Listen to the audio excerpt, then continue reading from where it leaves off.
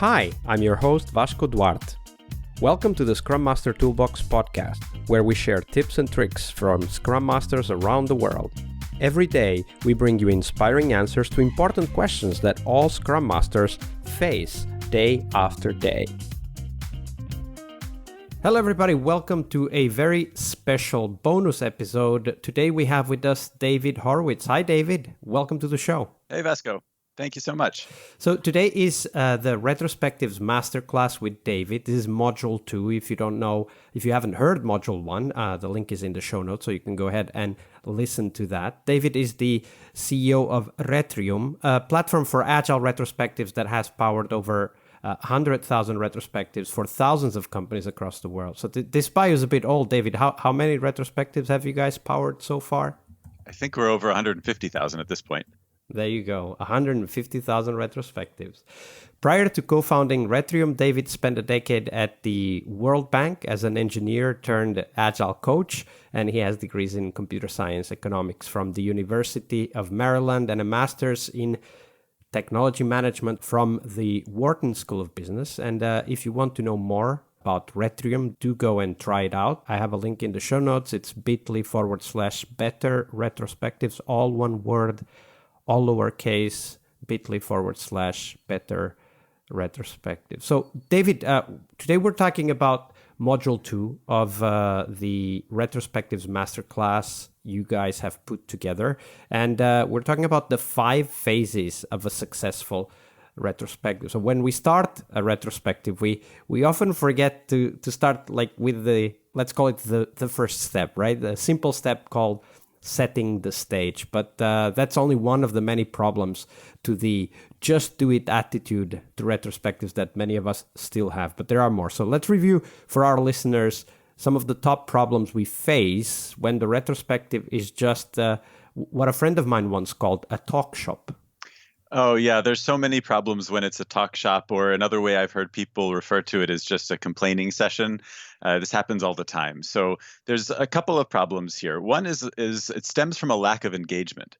If only some small percentage of the team is participating in the retrospective, then you're not getting everyone's voice. And the retrospective is really intended to be a team activity, a full team activity. That means all of the developers, all of the UI designers, all of the testers, all of the product owner, the Scrum Master, everyone should be there and highly engaged in the retrospective for it to be as productive as it can be. So a lack of engagement can be a major problem.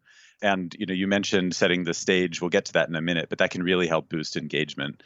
Another big problem is a lack of alignment on the team. And this tends to pop up most when people jump right into solution finding. We'll talk about this too, I think. But instead of taking time to really think deeply about some of the issues, gathering data and generating insights before jumping into solution finding, if you don't do that, then there can be a lack of alignment on what is actually important, and people can just talk and get into disagreements instead. And then the third big problem is jumping to solutions, like I mentioned a minute ago, where people don't take the time to really analyze the situation with intent and do deep critical thinking, and instead have surface level conversations because they think retrospective equals coming up with action item. And if that's the mindset you have, then you kind of tend to skip over the rest of the steps that can lead to better actions and more commitment to those actions in the long run. So lack of engagement, lack of alignment, and just jumping too fast to solution finding mode. Absolutely. And as we were talking about the 5 stages and the first step called set the stage, so let's talk about it. And especially let's go through the aspects of the setting the stage step that can help us guarantee the success of a retrospective. Yeah, first, I just want to give a call out to Diana Larson and Esther Derby. They're the ones who came up with this 5-phased approach in their book, Agile Retrospectives, Making Good Teams Great. If you haven't read it, please go take a look at the book. You can buy it on Amazon or elsewhere. It's really worth your time to get a baseline of knowledge on how best to run a retro. So credit to them for this approach. But set the stage. Let's start there. So setting the stage is really a chance for the team to mentally check in to the retrospective. The best way to describe why that's so important is through a story, I think. So there was a retreat that I was on at my own company last year before COVID, where we could all meet up in person. We were in Austin, Texas, and we had gone through a really intense experience of many days. Some of the things we did on the retreat were focused on business. Some of the things were just fun and a chance for us to spend time together. But it was a very intense experience that was emotionally draining and physically draining too. We actually went boxing together. One of the people on the team is a big into boxing for exercise purposes. So she exposed us to that. It was exhausting. At the end of the whole retreat, we all wanted to run a retrospective because we wanted to see, well, what could we do better next time? And what did we learn from in this retreat? But the problem with it was that everyone who was there on the retreat was so exhausted, and you could see it in people's faces when they showed up to the retro, that it was hard to jump right from the retreat experience over those many days into a deep conversation about what went well and what didn't go well during the retreat. And if we had jumped right into what went well, what didn't go well, there would have been a lack of engagement because people were just not mentally checked into the exercise, even though they knew and they believe in retros more than most people. After all, they work at Retrium, right? So what we did instead was we did a set the stage activity called Constellations.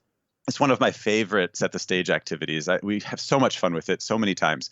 The way Constellations works is you ask people to stand up and come close together, and then you'd have somebody make a statement.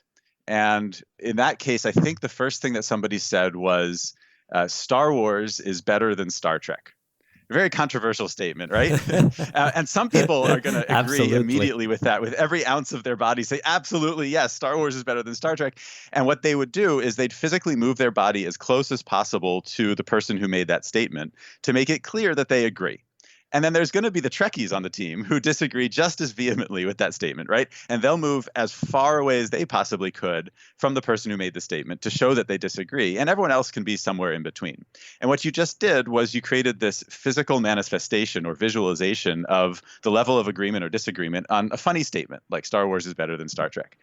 And then someone else followed up on that with, iPhones are better than Android, right? All these controversial, funny things. And you could see people starting to move and the facial expressions starting to change, and the energy actually changed in the room from, I can't do a retrospective to, hey, this is fun.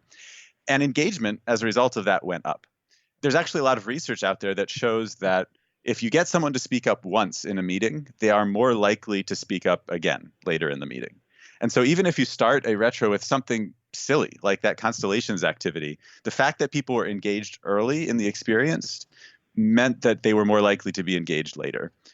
And the last point I'll make there is that, like I said, the energy level changed in the room.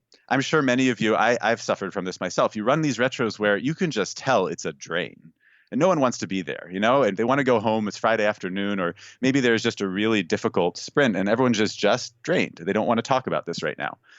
Running a set the stage activity to boost the energy level is a fantastic way to give people a mental break from their day-to-day work to help them shift into a critical thinking mindset where they can be open to other people's ideas and feel like they really want to be there for the retro. It can really help a lot.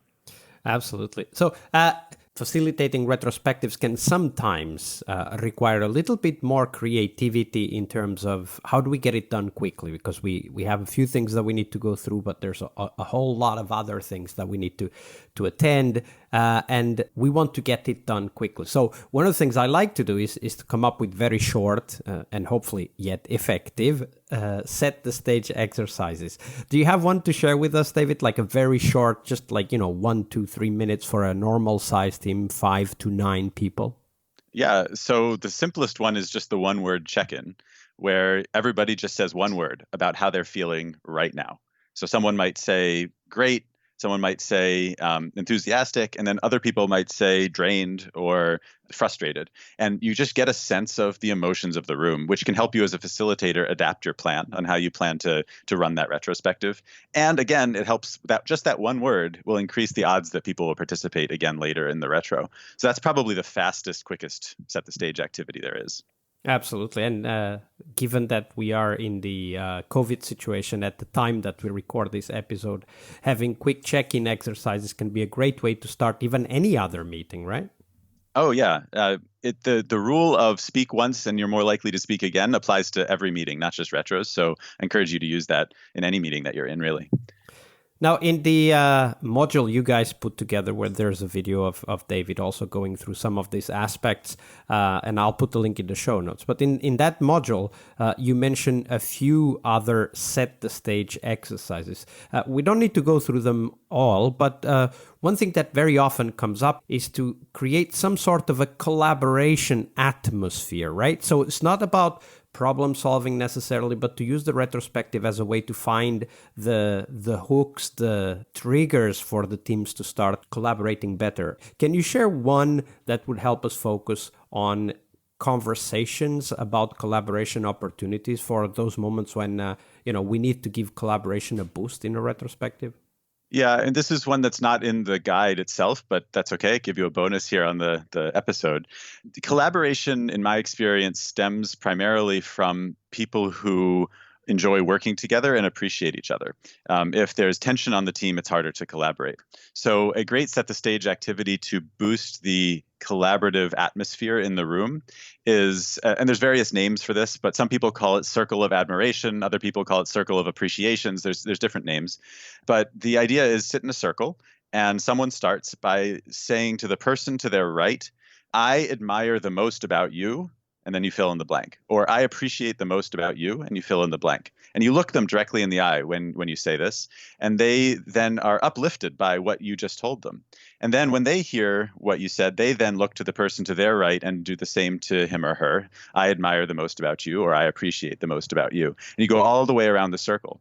And again, it changes the tone of the conversation. All of a sudden you have, instead of the critical thinking, which is important too, you have more of an appreciative atmosphere, and the energy is boosted in the room. And that can really help in terms of getting people to be more collaborative in the retrospective and beyond. Definitely. One of the things that I find increases energy a lot and also commitment to the success of the team is exactly that type of exercises, right? I use others, but circle of admiration or appreciation can be definitely a very powerful moment for the team to kind of come together and realize, hey, we're really helping each other, right? And of course, therefore, boost collaboration. Yeah, what's neat about facilitating retrospectives is as you facilitate more and more of them, you learn more and more techniques and games to play. And then you can kind of pick from your toolbox based on the atmosphere in the room, which technique is most important, instead of always doing start, stop, continue, or what went well, what didn't go well every single time. It gets boring and repetitive. Yeah, and absolutely being able to kind of pivot and come in with another facilitation technique and can save a retrospective from going towards, lack of engagement, lack of participation, and of course, lack of depth, which is for me the biggest fear when I go into a retrospective is that we don't have any depth in the conversations. We stay only on the surface and we don't actually talk about the things that we are really struggling with. Oh, yeah. And that's where the next two phases of the retrospective come in also. So go for it. So the next two stages, as you were talking about, they are actually very much linked to each other. First, we gather data, then we generate insights. So let's start with the gather data step. Why do we need to have that specific step as we prepare to facilitate the retrospectives? Well, I think the best way to describe why you need to gather data is to give, again, an example of how you might gather data and what the advantages are. And then you can kind of think through the inverse of that. Well, what would have happened if we didn't have that activity? So I think the classic example, to me at least, of gathering data is the timeline activity. And this is particularly useful for retrospectives that are looking back on longer periods of time, but can also be used in normal sprint retrospectives. But the idea of timeline is you set up a big poster board somewhere in the room, or now we're in COVID, so if you're online, use Miro or something like that, Mural, to set up a whiteboard. But you set up a line, an x-axis, that represents time. On the left, you have the earliest date on which you're retrospecting, and on the right is the most recent date on which you're retrospecting. And you ask everyone just to brainstorm, what are the things that happened over the course of that period of time? That's it, just the facts, what happened? And so you might have people write things down on sticky notes like we checked in some code into the repository and that goes up here on this date. You might have the product owner saying I spoke with these stakeholders on this date and that one goes up there on the board. And over time, you end up building just this timeline visualization of all of the things that occurred over the course of the sprint. Now, you might say, well, what's so important about that? Why does that help? But think about what it does. So if you asked me, what did I have for dinner last night? I could pretty easily remember, right? I had tacos. We made grilled veggies. We made some guacamole. We put them into taco shells. It was great. Good dinner, right? If you asked me what did I have for dinner 2 nights ago, I'd have to pause and think about that one for a minute, but I could probably recall. I think it was some Mediterranean dish, maybe grilled eggplant, tahini, something else with rice, perhaps. But if you asked me 3, 4, 5 nights ago, what did I have for dinner? I don't know if I'd ever be able to remember that, even if I took 20 minutes to think about it. It gets harder and harder. We have this recency bias issue in our brains. It's human nature. And so because of that, if you don't gather data before you dive into the retrospective, you can suffer from a number of problems. One is you will only remember the things that are most recent. Two is you'll only remember the things that occurred to you and not necessarily the things that happened to others on the team that you weren't aware of. So gathering data can expand your viewpoint so that you understand what other people went through. And then three, it can create alignment on the team about what's actually important and what's not. Right. So something might have happened a couple of weeks ago that you don't remember off the top of your mind. But if you take some time to think it through and put it up there on the board, you might remember that actually that was really important. And it's more important than the thing that happened yesterday. And so taking a time to brainstorm all of that and having the whole team brainstorm all of it can really help surface all of those facts, what happened, and expand your viewpoint to make sure that you understand what everyone went through. Yeah, one thing that you said, sometimes it's easy to miss some very important insights, right? And one thing that you said I really want to emphasize here for our Scrum Master friends out there is that as you gather data, you collect different perspectives over what happened, right? Every team member is putting stuff up on the timeline if you do the timeline exercise, for example.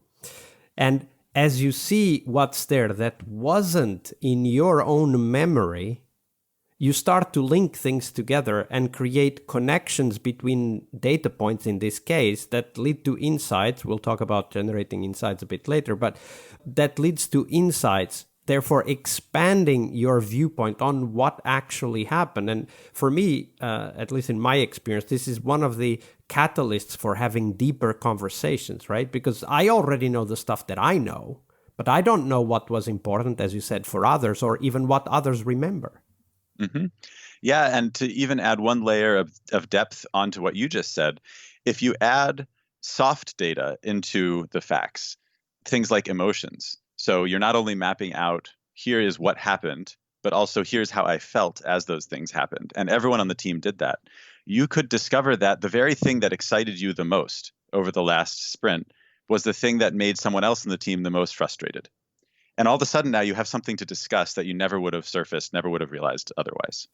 Absolutely. And that's really the key of a retro, right? Create conversations that would otherwise not happen. Absolutely. And it's to be able to do that, it's really important to remember, and I hinted at this before, there are two types of data. So a lot of times when I say gather data, people, especially engineers, have this mindset that it's things like, oh, the burn down chart, that's data. Maybe the team's velocity, that's data. The number of stories that we completed, that's data. Maybe even something like how many bugs were introduced or how many bugs were fixed, that's data. These are hard data points.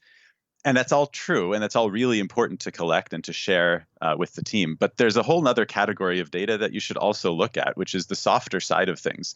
I mentioned emotions before. It could also just be things like rate ourselves on the Scrum values, right? There's 5 Scrum values out there: courage, focus, commitment, respect, and openness.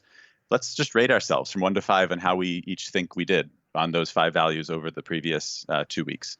And that could surface interesting information too. It's data. It's not hard data that an engineer might naturally move towards, but it's data nonetheless. And it can really help people have these interesting conversations. It just wouldn't have happened if you skipped right to start, stop, continue. Absolutely. Now, of course, we do this data collection to generate insights and deeper conversations, obviously, and that's the next step, right? So for me, this is the key to the retrospective. And my own practice as a retrospective facilitator, I think it's also the step where I fail the most. I very often come out of retrospectives feeling like, we didn't really kind of break new ground here. We didn't really have a breakthrough in thinking through what happened in this sprint. So what might be the problem, right? So for me, that's also the sign of a successful retro, when we go beyond what's at the surface. So help us out, David. How can we prepare to have great insights from our retros? Yeah. So again, I like to use examples and stories. I think it's the easiest way to understand the power of all of this. So I'm going to give a contrived example here, but it's something that's easy, I think, to understand. And maybe then you can apply it back to your actual job and real retrospectives that you run. So I'm a big baseball fan. Now, you might not know what baseball is or might not understand how the sport works. It doesn't make a difference. The example's simple enough. My favorite team is the Baltimore Orioles. And that's unfortunate for me because the Orioles tend to be a pretty bad team. They don't usually win very much. And so it's a lot of suffering as a Baltimore Orioles fan. And so if you gathered data, if you were running a retrospective at the end of a season, a baseball season for the Orioles, where the data said that the team missed the playoffs, right? You could skip, in theory, right from the Orioles missed the playoffs to solution finding mode, where you'd say, well, maybe we should get better pitchers or better batters or a better coach or all sorts of different solutions, maybe better equipment, better facilities. There's lots of different ways to theoretically fix why the Orioles missed the playoffs that year. And it would be hard to know which is the right solution because everyone has different opinions and everyone knows what they know and aren't aware necessarily of the insights that other people can bring to the conversation. So you end up in disagreement and a lack of alignment on what to do next. And in that situation, what tends to happen is the person with the most seniority or the most outgoing person on the team tends to be the one who wins the argument of the day around what to do. And we all know that's not necessarily the right way to make these decisions. So in contrast to that, if you ran a simple 5 whys exercise as part of your generating insights step to this retrospective, you'd ask why continuously around why did the Orioles miss the playoffs until you found the root cause of the issue. So let me give you an example. So you'd say, well, why did the Orioles miss the playoffs? And maybe it's simple. It's because, well, they lost too many games. They weren't very good, right? Okay, well, but why did they lose too many games? Well, it turns out that their pitchers gave up too many runs. Okay, but why did the pitchers give up too many runs? Well, it turns out that the best pitcher actually got hurt really early in the season. Oh, well, why did the best pitcher get hurt early in the season? Well, it looks like he didn't actually work on strength and conditioning in the offseason, so he was a bit weak at the beginning of the season. Well, why didn't he work out during the offseason and get stronger? Oh, we fired our strength and conditioning coach, and we forgot to hire a new one until later in the offseason. This is very contrived. I'm not saying this is actually what the Orioles suffer from. I have no idea. But you went all the way from the Orioles missed the playoffs. I don't know what to do about it, down this hole to try to figure out the root cause of why, all the way to it's because they didn't hire a strength and conditioning coach early enough in the offseason. And now the action is actually really simple. Well, we should hire a better one as early as possible. And there'd be more consensus on that because you went through the 5 whys activity. So pausing after you gather data to see what is the problem we want to focus on, to really do a deep dive to get to the root causes of issues can not only build consensus on the team about what to do, but also help you arrive at better actions than you would have arrived at otherwise. Yeah, I see this problem that you just described jumping into what I call solutioneering, right? So using our engineering minds to come up with solutions. I see that actually quite much outside the retrospectives too. Like even in simple design conversations, we jump straight into the solution without really understanding, what are we actually trying to do? So it seems to me that also this step in the retrospectives is about keeping us still firmly grounded in the problem space in order to understand it better. And it might not make finding a solution easier. In your example, it did, but it might not make finding a solution easier. But it will definitely create at least a shared understanding of what we are trying to solve, right? Absolutely. And the next phase of the retrospective, which is the deciding what to do phase, can really help with that problem. So if people in the generating insight step 5, the 5 whys activity, it wasn't so obvious what to do next. You still have confusion, but you understood the issue more. There are very effective deciding what to do activities you can run to help fix that problem, which maybe that's what we're getting into next, or maybe I'm leading us along too fast. I'm not quite sure.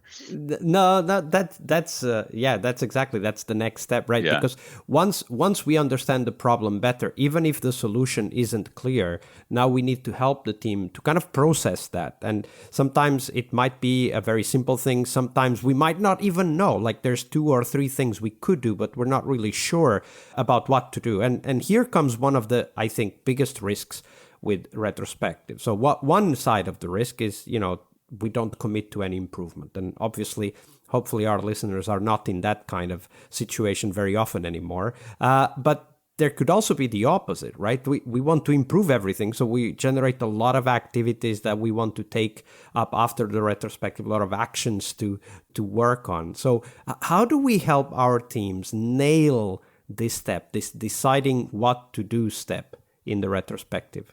Yeah, so the first thing is start with just one problem and one solution to that problem. Don't assume that you're going to talk about more than that in your retrospective, because it's hard to have truly deep conversations about so many things. First of all, it's mentally taxing, and secondly, it takes a lot of time.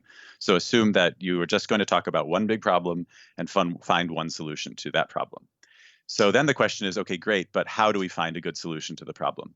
So there's any number of ways that you can do this. I'll just highlight one, which is called ICE prioritization. So ICE stands for, it's ICE, it stands for impact, confidence, and effort.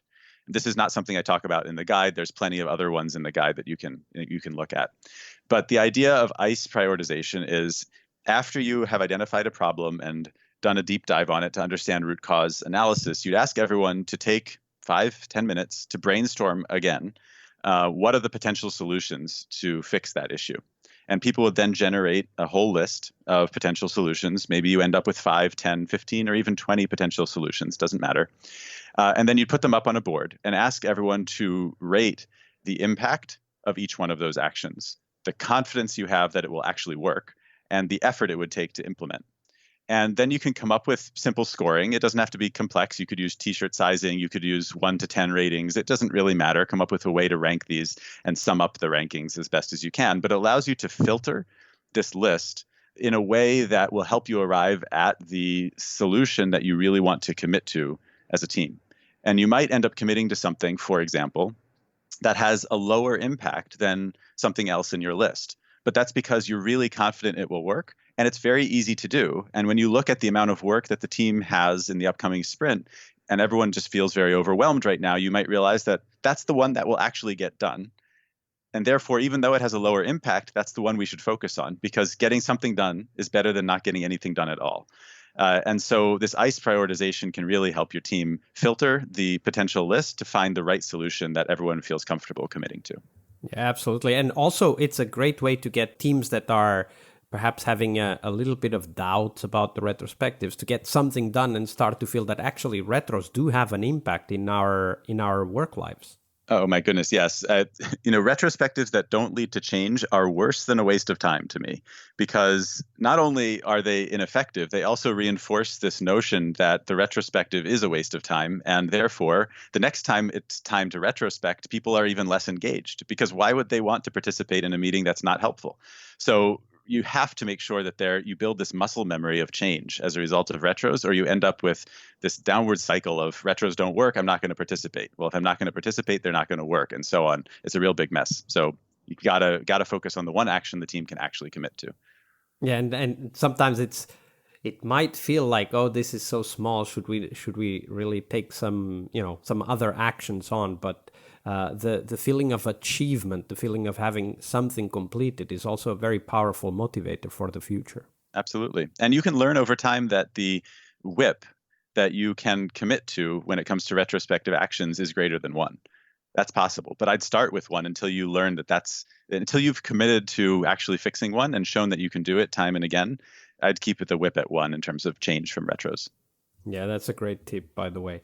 And we're coming to the last step. So the last step is closing of the retrospective. And this is one step, like the first, the set the stage step, that it's very easy to forget. I mean, after all, we've already selected an item, some will say. So, David, what's your pitch? Why is the closing so important in this 5-stage format for the retrospective?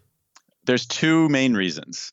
One is that if the retrospective didn't work out quite the way you wanted to, then it's your opportunity to collect feedback from the team on what went well and what didn't go well, not about the sprint, but instead about the retrospective itself, because you don't want to make the same mistake the next time. And so you want to collect that feedback, and it's an opportunity for you as the facilitator to learn and improve yourself at what you're doing. So that's reason number 1. It's a chance for improvement on the retro itself. And the second reason, and this is one that's really near and dear to my heart because I just see this all the time.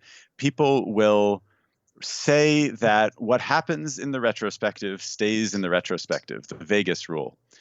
And by default, I think that's a good idea. It should be a psychologically safe, closed conversation for the team only. But one great close the retro activity is to ask the team, okay, what out of everything we just discussed should we intentionally talk about outside of the team? Should we be okay spreading transparently to the rest of the organization? Because sometimes you need help from others and you need to get buy-in from the team on what those things are, because the assumption should be closed. It should be private to the team, right? So another great close the retro activity is what should we share outside of the team right now? Yeah, absolutely. Another aspect that for me has become kind of a go-to technique when I try to close a retrospective is to try to give a team a sense of achievement and take something away from the retrospective. So, for example, I might use, okay, so what's one reflection that you take personally for your next sprint, or something like, okay, if you would have to take something from the retrospective to apply to another retrospective, what would you take from this one, right? That's both feedback and also reflection for the team members. Yeah, I know personally, my mentality tends to be always one of being critical in terms of trying to improve myself. I always want to be looking at what can I do better next time. And that's really important. That's kind of core to what retrospecting is. But I fail to take a moment to celebrate the wins also. I'm always in this improvement mindset. And I think a lot of engineers on average, in my experience, have that similar mindset. That's my background, right? We always are looking for the next problem to solve. And so taking just a moment to celebrate all of the amazing things the team has accomplished can build that positive atmosphere and appreciative sense of, hey, we're in this together. We're all doing a good job and we enjoy working together. And that can really change the atmosphere and energy for the team. So one other cool activity that I've seen in use by some of the teams I work with is to give the team gives themselves a grade, right? So how did we act as a team? Not necessarily the sprint itself, not necessarily the product, but, as a team, how did we act? And that's also a good way to both reflect and, we can build on that, but there's no pressure to improve anything. It's just us giving ourselves a grade, and sometimes it's an A or an A plus, and sometimes it's an F. And I failed to deliver information to Eric that he really wanted and needed to finalize his story, so he was left hanging. I give myself an F today or whatever. So that's one cool activity that I have seen teams also use. How about you? Do you have any other cool, quick activity to use in the closing of the retro? There's so many of them. I mean, right now, since we're in this COVID world, things that work online, if you just ask people, now that we ran our retrospective, go find a GIF that represents how you're feeling right now and share it on the Zoom or the Slack or whatever you are. It can be really funny and a great way for people to celebrate and kind of laugh a little bit at the end of the retro. So that's one good way, especially in the situation that we're all in right now. One more, because like I said, I could go on for ages about this, but one more is you can build a histogram and you can just ask people on different aspects of the retro, how did this go from 1 to 5, and just put up a sticky note above the number that represents how it went. So, maybe commitment or engagement or different things, 1 to 5. And you can build this visualization that looks like a histogram of how the team felt about the different aspects of the retro and use that to improve yourself as a facilitator. I'm going to stop because I could just go on and on. I love the closing the retro thing. There's so many of them. Absolutely. And you've got quite a few in the Retrospectives Masterclass module that you guys have online. So I'll put the link in the show notes so that all of you listening can easily find this module and also the other modules of Retrium's Retrospective Academy. David, any parting words you would like to share with our audience? Yeah, so we just went through these 5 phases. And I would remind people that this is an 80-20 type thing. So 80% of the time, this is a fantastic way to run a retro. You go through those 5 phases. You have different activities that you string together in an appropriate way. 20% of the time, though, or maybe a bit less, feel free to use something completely off the wall and out of the box. When we can get together in person again, just going for a walk outside and having conversations can be interesting too. So, don't feel beholden to these 5 phases. I think that by default, they are, for the vast majority of times, the right way to run a retro, but feel free to be creative as well beyond them. Yeah, definitely. We need to be sensitive to what's going on and flexible to adapt to. And exactly as you said, right? Once we are all together in the same space again, maybe something that deepens those relationships is better than going through the normal find the problem, analyze the data, generate the insights format of the retrospective. Yep. Yeah, just be creative and listen to the needs of the team. Absolutely. Well, David, thank you very much. Where can we find out more about you, Retrium, and the work that you're doing? Yeah, so you can always go to retrium.com if you want to check out the platform. If you're running distributed retrospectives, as all of us are right now, it can be a great way to help. You can look at the Retro Academy itself, which there'll be a link, I believe, in the notes. My Twitter handle is D, as in David, S, as in Seth, my middle name, _ Horowitz, Horowitz. Always ping me there. I'm more than happy to engage with you on Twitter as well. Absolutely. We'll put the link to all of those in the show notes. David, thank you very much once again for your generosity with your time and your knowledge. Thanks so much, Vasco. So much fun. We really hope you liked our show. And if you did, why not rate this podcast on Stitcher or iTunes? Share this podcast and let other Scrum Masters know about this valuable resource for their work. Remember that sharing is caring.